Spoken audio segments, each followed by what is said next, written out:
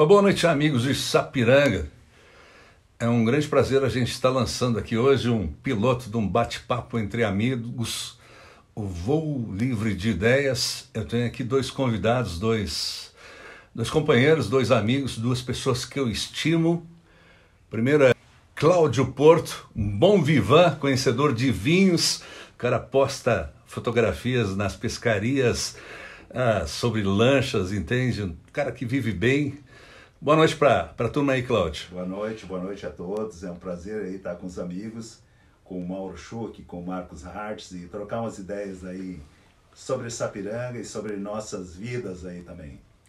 Também aqui comigo essa noite, meu amigo Mauro Schuch, empresário e workaholic, um cara que é ligado no trabalho. Dá uma boa noite pro pessoal aí, Mauro.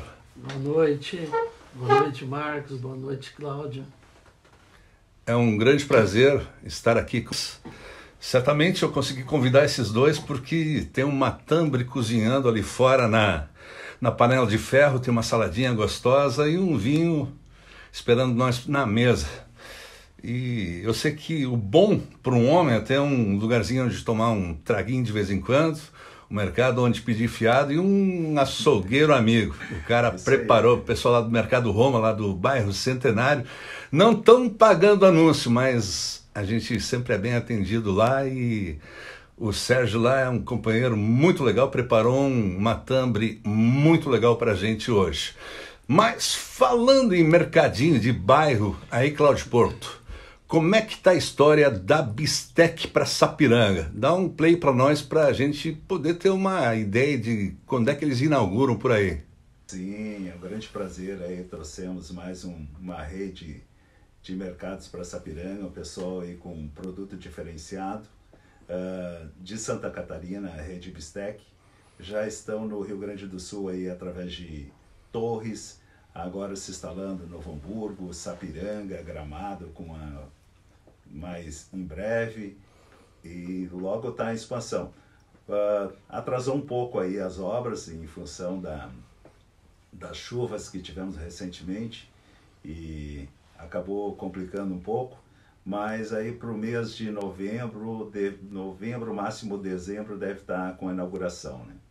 Deixa eu te perguntar uma coisa, Cláudio. Tu que tá ligado nessa história de compra-venda de terrenos e imóveis, é uma tendência essa história de atacados grandes e certamente isso atrapalha um pouquinho o mercado pequeno do bairro.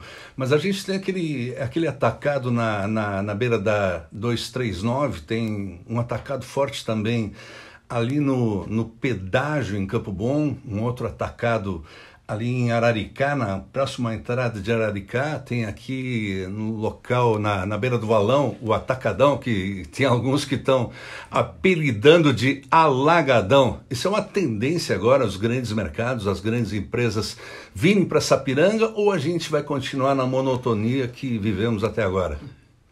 Marcos, isso está acontecendo uma mudança aí nacional a respeito desses atacados, né?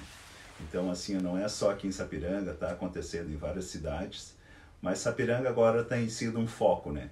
Então, tem aí, está vindo mais 2 ou 3 nos próximos meses aí, tem mais o Desco se instalando na Genuíno Sampaio com a 239, tem mais uns outros aí que estão se organizando para vir também, devemos ter Mônaco também, né, nos próximos meses, e deve vir mais gente, então o pessoal está vendo Sapiranga como um mercado aí de apetite. Quanto aos mercados, então isso é uma sobrevivência que vai acontecendo aos poucos. Muitos acabam comprando, em vez de comprar de distribuidores, acabam comprando os atacadores e revendendo com um preço diferenciado. Então vai se ajustando, né? Então, eu creio que é uma maneira de Sapiranga desenvolver um pouquinho mais o comércio, porque a indústria não está fácil na indústria. Eu vou passar a bola agora para o Mauro Schuch. E aí, Mauro Schuch, nós vamos falar sobre moda, sobre beleza, futebol, religião, ou a gente vai falar sobre política? Mauro Schuch é um grande companheiro, uma pessoa que concorreu aí a prefeito de Sapiranga, e que vive a política diariamente porque ele conhece a nossa história, a história do Rio Grande do Sul, a história do Brasil, Fala aí, Mauro. Primeiro eu quero agradecer o convite, né? Foi uma coisa informal. Eu e o Cláudio fomos convidados para nós comer aqui um matambre, né? Mas o Marcos, né, comprou uma aparelhagem nova, parece uma criança, tem que experimentar. Quero agradecer o convite e também informalmente fiquei sabendo que 5 recusaram. Eu quero agradecer essas pessoas a oportunidade que nós estamos tendo, Cláudio. É isso aí, obrigado, Marcos. Valeu. Né? E vamos ser as cobaias. Mas, né, como foi dita, uma conversa informal não tem pauta, né? Eu nem sabia que ia acontecer. Deixo à disposição, pergunta o que tu acha que seria interessante, Marcos. É o seguinte, Mauro, eu não quero falar sobre política municipal. Eu gostaria de ampliar um pouquinho aquilo que a gente tem a oferecer, que a gente pode discutir. Como tu é um conhecedor da história do Rio Grande do Sul, e certamente tu me surpreendeu com o teu conhecimento, com a tua sabedoria.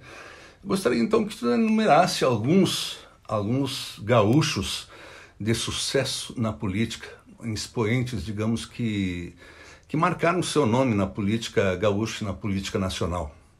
Explana pra gente, dá alguns exemplos de gaúchos que realmente tiveram um nome engrandecido na nossa política. Não é difícil de falar, né? Porque muitos gaúchos influenciaram e foram importantes, né? É uma coisa que falta hoje, né? Políticos importantes, políticos que hoje faltam, mas no passado nós tivemos muitos. Vamos começar, né, por Revolução Farroupilha. Vamos ficar então na pessoa de Bento Gonçalves, né? Todos já ouviram falar de Bento Gonçalves, político formidável. Mas depois, no Império, né, quando tiver o Império, monarquia, quem se destacou? O maior tribuno brasileiro, o homem que teria o maior discurso, chamado Gaspar Silveira Martins. Uma figura exemplar, um homem que poderia passar aqui horas e horas falando, não falava tudo. E ele foi o que precipitou a queda da monarquia vindo da República. Ia vir a República, mas ia levar mais anos. E por incrível, esse Brasil é um país que é incrível. Nós tivemos a procuração da República com fake news, que na época nem sabia o que era, mas foi um fake news. Deodoro da Fonseca era inimigo de morte de Gaspar Silveira Martins, que fez a procuração da República. Mas ele era apaixonado pela baronesa do Triunfo e de ciúmes quando disseram que o Dom Pedro ia colocar o Gaspar de Martins de primeiro-ministro lá, sabe? Ele decretou a procuração da República. Mas também tivemos ali o político mais importante do Rio Grande do Sul. Primeiro governador, depois da procuração da República, Júlio de Castilhos. Nenhum político influenciou tanto o Rio Grande do Sul e depois o Brasil que Júlio de Castilhos. Júlio de Castilhos, mesmo morrendo precocemente, aos 43 anos de câncer na garganta, ele continuou governando esse Rio Grande por muitos anos. Borges de Medeiros, 25 anos governador, 5 mandatos. 20 anos governador, 5 mandatos de Borges de Medeiros. Tá brincando? Ô, Mauro, só um parênteses aí. Mas no voto eleito como governador ou empossado como governador? Ele foi primeiro empossado, porque naquele tempo era nomeado pelo presidente. O Deodoro, quando assumiu a República, nomeou ele. Depois ele entrou pelo voto direto. Assis Brasil, que era cunhado e depois inimigo, que fez a Revolução de 1923, Assis Brasil era cunhado de Júlio Castilho. E depois viraram inimigo porque não concordou com o modo ditatorial que Júlio Castilho governava o Rio Grande do Sul e depois colocou seu sucessor, o Borges de Medeiros. Mas Assis Brasil é outra figura, se nós contarmos quem é Assis Brasil, por isso tem o Parque Assis Brasil, um homem que foi ministro da Fazenda, foi embaixador na China, trouxe o gado Devon, trouxe o gado Gerson para o Rio Grande do Sul, uma de ovelha que agora, não esqueci o nome da ovelha que ele trouxe aqui para o Rio Grande do Sul, entre lá, o Castelo de Pedras Altas que ele fez, é uma figura impar, um homem preparado, né? Políticos que dá vontade, nós poderíamos passar muito tempo, e um dia eu gostaria de falar como de Gaspar Martins, como de Júlio de Castilho, mas vamos ser breve. Depois, quem é que é? Pinheiro Machado. Pinheiro Machado é um político que na época que ele foi, era Borges no Rio Grande do Sul e Pinheiro Machado, né, no Rio de Janeiro. Comandaram a política nacional, um cara de influência, como os próprios adversários deles, né, maldosamente dizia, né, o Pinheiro Machado, todos os presidentes que ele ajudou a nomear diziam: o Pinheiro Machado é tão amigo, tão leal que governa por nós, né? E falavam que enquanto Pinheiro Machado estivesse vivo, não tinha como, porque o Pinheiro Machado fazia uma política do Rio Grande do Sul com os políticos do Nordeste e enfraquecia a política de São Paulo e Minas. Mas Pinheiro Machado acabou assim sendo morto, assassinado pelas costas, numa apunhalada, e fez aquela profecia, só mesmo matando Pinheiro Machado. Tá, mas só uma parte aí, Mauro Schuch. Como é que foi a história? O cara levou uma facada nas costas? Pinheiro Machado, né, saindo de um hotel onde ele teve uma reunião política, saindo do hotel, foi apunhalado pelas costas. Quem apunhalou ele ficou sentado esperando, com o punhal na mão, esperando ser preso. Né? Todo mundo sabe que foi o amando político, mas assumiu.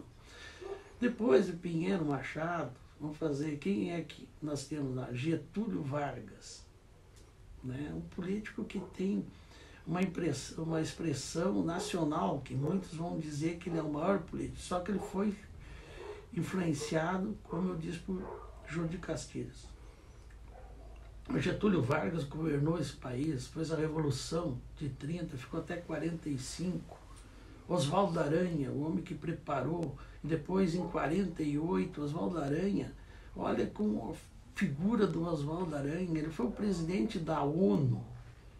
Ele que fez, quando foi criado o Estado palestino, o Estado israelense, que é outra coisa que é fascinante. A criação brasileira foi em 48, fez a criação do Estado de Israel e o Estado palestino na ONU. Quem é que nós temos depois, junto com eles? Luiz Carlos Prestes, um comunista, esse influenciou o Brasil, fazendo a marcha. Cavaleiro da Esperança teve livros. Hoje, qual é os nossos políticos que teriam um livro? Hoje, que feito? Não teria. Leonel Brizola. O Leonel Brizola, olha a influência, né? Antes de 64 e depois continuou sendo político. E nem falar em Leonel Brizola, né? Para nós é uma coisa assim, ó. Leonel Brizola com todos os defeitos, pode colocar todos os defeitos que diz Leonel Brizola. Não tem um roubo de Leonel Brizola. E o único que se preocupou com a educação. Não teve um outro político. Com exceção que quando eles querem ganhar uns votos, eles usam escola de turno integral e fazem aquela balela. Mas quem se preocupou com a educação, e a outra figura que nós poderíamos conversar, como ele governou o Rio Grande do Sul, quantos milhares de escolas construiu. Assim vários políticos hoje nós poderíamos contar. Borges de Medeiros, né? Agora, Flores da Cunha. Flores da Cunha é uma figura ímpar. Só um pouquinho, Mauro Schuch, vou dar um tempinho agora, que eu preciso perguntar uma coisa para o Cláudio Porto. A gente chegou num assunto interessante. Eu ia perguntar para o Mauro indicar uma marca de vinho, um vinho gostoso para a gente, mas como o Mauro Schuch não bebe nada, passo a bola para ti, ô Cláudio Porto.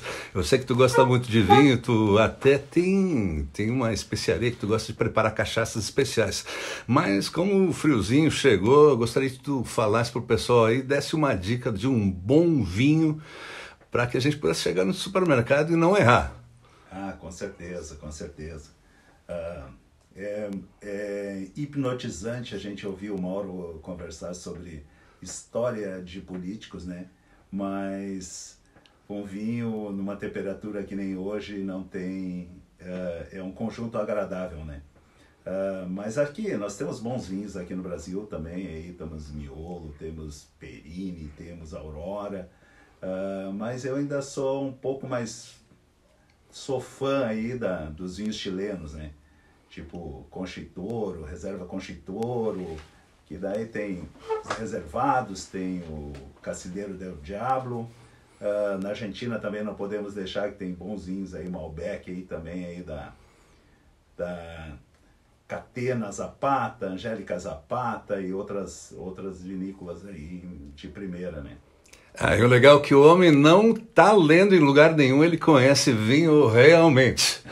E volta a bola para Mauro Schuch. Mauro Schuch ia falar sobre quem? Flores da Cunha. Fala aí, Mauro. Tá, mas eles falam que eu não bebo, mas tinha um garrafão de canção aí. Se tivesse um desses vinhos aí, eu teria mudado de ideia. Não, no meu tempo de guri, a gente tomava aquele vinho Riozinho ou Jacaré. Vinhozinho doce. Mas como tu não bebe, vamos falar de Flores da Cunha, Mauro Schuch. É outro político, né, de personalidade, foi deputado, foi militar, ele que comandou, né, o lado militar da Revolução, contra a Revolução de 63, de 1923, né, que o Assis Brasil era o comandante civil e o Honório Lemos era o comandante militar, né, pelos Maragatos, né, que nem hoje. O que mostra, né, que nem Getúlio conseguiu fazer essa união em 1930, por isso que ele está com o lenço vermelho era dos Maragatos, o Getúlio era do partido que ele tinha um lenço branco, que ele botou o lenço vermelho, fez aquela constituição, aquela composição dos gaúchos para tomar o governo. Flores da Cunha, né? Além de Flores da Cunha, esse era um parceiro para vocês, esse era um beberrão, jogador. Para aí.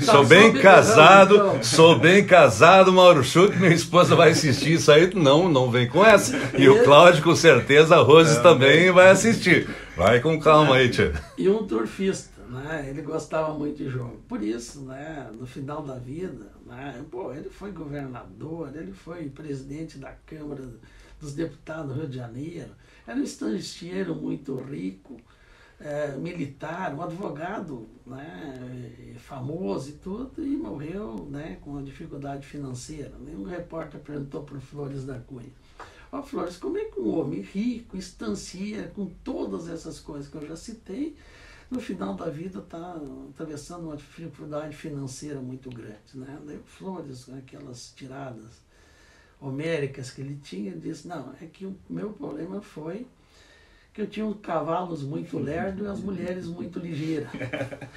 Aí ele explicou. Mas pensando em Flores me relembra aqui um político aqui da região que também era muito rico, milionário, né? Que um político da região muito rico, muito milionário, veio com uma fortuna e tudo, né? E hoje a gente vê que ele, né, está numa situação também difícil, vivendo só umas laranjas que ele pode, uns pés de laranjeira. É muito. Quando eu falo de Flores, eu me lembro desse político aqui da nossa região. Da nossa região. Da nossa região. Se repete, né?